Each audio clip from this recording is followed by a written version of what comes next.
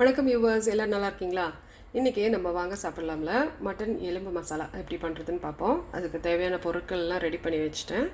இன்றைக்கி இது கூட என்ன சர்வ் பண்ணுறேன்னு பார்த்தீங்கன்னா ரைஸ் ரெடி பண்ணி வச்சுட்டேன். கூடவே கொஞ்சம் தக்காளி ரசம் கூட ரொம்ப சூப்பராக இருக்கும். அதனால் அதையும் செஞ்சு வச்சுட்டேன். இது இல்லாமல் ஒரு முருங்கைக்கீரை மசியல் ரெடி பண்ணி வச்சுருக்கேன். அப்புறமா ஒரு பொரியல், கேரட் பாவக்காய் போட்டு ஒரு பொரியல். ஸோ இப்போ எல்லா வேலையுமே முடிஞ்சிருச்சு. க்ளீனிங் எல்லாமே முடிச்சிட்டேன். ஸோ க்ளீனிங்லாம் முடிச்சுட்டு ரெக்கார்ட் பண்ணும்போது எனக்கும் ரொம்ப சந்தோஷமாக இருக்கும், மைண்டு ஃப்ரீயாக இருக்கும். ஸோ இப்போ நம்ம ரெசிபிக்கு போகலாம் வாங்க.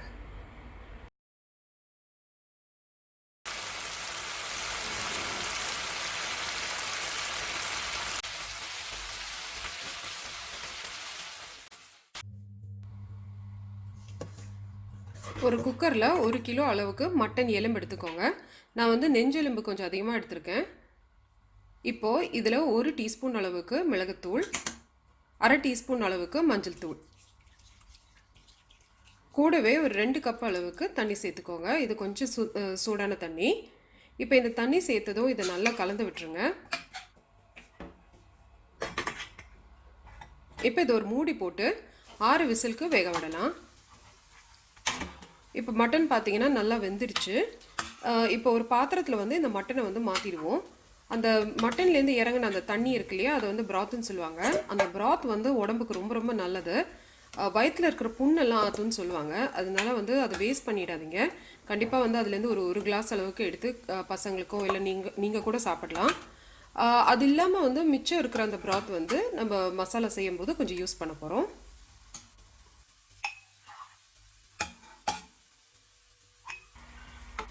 இப்போ இதுக்கு ஒரு மசாலா ரெடி பண்ணிக்கலாம்.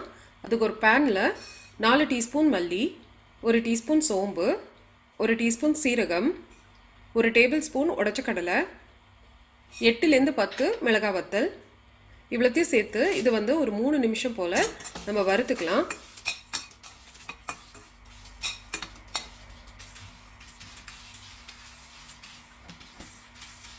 இப்போ அடுத்ததாக நான் பட்டை ஒரு சின்ன துண்டு சேர்க்குறேன். கூடவே 8 ஏலக்காய், ஒரு பெரிய ஏலக்காய், அப்புறமா கொஞ்சமாக ஜாவத்திரி சேர்த்துக்கோங்க, 8 கிராம்பு.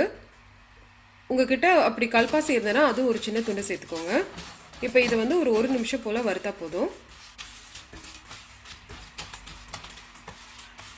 இப்போ இதை ஒரு பிளேட்டுக்கு மாற்றிடுவோம்.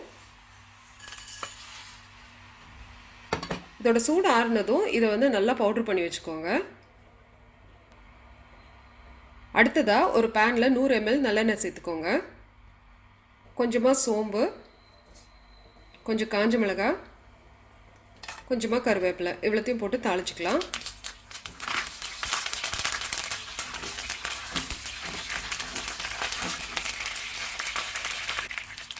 அடுத்ததாக ஒரு பெரிய வெங்காயம், அது சின்னதாக நறுக்கி சேர்த்துக்கோங்க.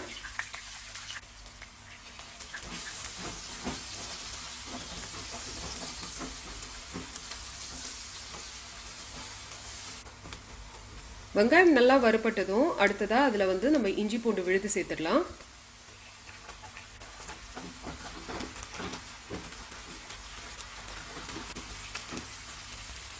அடுத்ததாக நம்ம ரெடி பண்ண இந்த மசாலா பவுடரை சேர்த்துருங்க. மசாலா பவுடர் சேர்க்கும் போது ஃப்ளேமை நல்லா லோவில் வச்சு ஃப்ரை பண்ணுங்கள், இல்லைன்னா மசாலா தீஞ்சிரும்.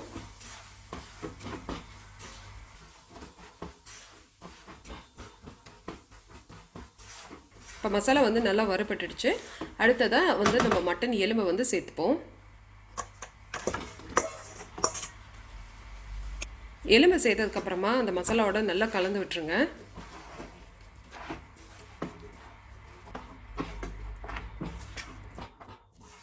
இப்போ நம்ம எடுத்து வச்சுருந்த அந்த ப்ராத்தை இதில் சேர்த்துருங்க.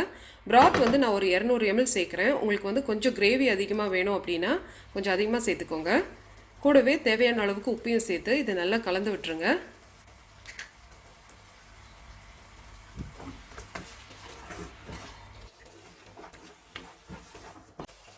இப்போ ஒரு மூடி போட்டு மிதமான சூட்டில் ஒரு 15 நிமிஷம் நம்ம வேக விடலாம். இப்போ பார்த்தீங்கன்னா எண்ணெய் தனியாக பிரிஞ்சு வந்துடுச்சு. இந்த டைமில் நான் வந்து ஒரு தக்காளி, ஒரு பெரிய தக்காளி வந்து சின்னதாக நறுக்கி சேர்க்குறேன். தக்காளி சேர்க்கணுன்ற அவசியம் கிடையாது. ஒரு சின்ன புளிப்புத்தன்மைக்கு தான் நான் சேர்க்குறேன். உங்களுக்கு அப்படி வந்து தக்காளி சேர்க்க வேண்டாம்னா நீங்கள் ஒரு பாதி எலுமிச்சை பழத்தோட சாறை வந்து சேர்த்தாலும் போதும், கரெக்டாக இருக்கும்.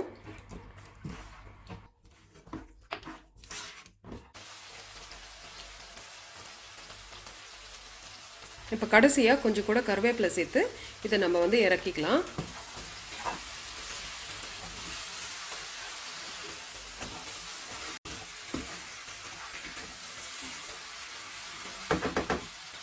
இப்போ ஒரு சர்விங் டிஷ்க்கு இந்த மட்டனை வந்து மாற்றிடுறேன்.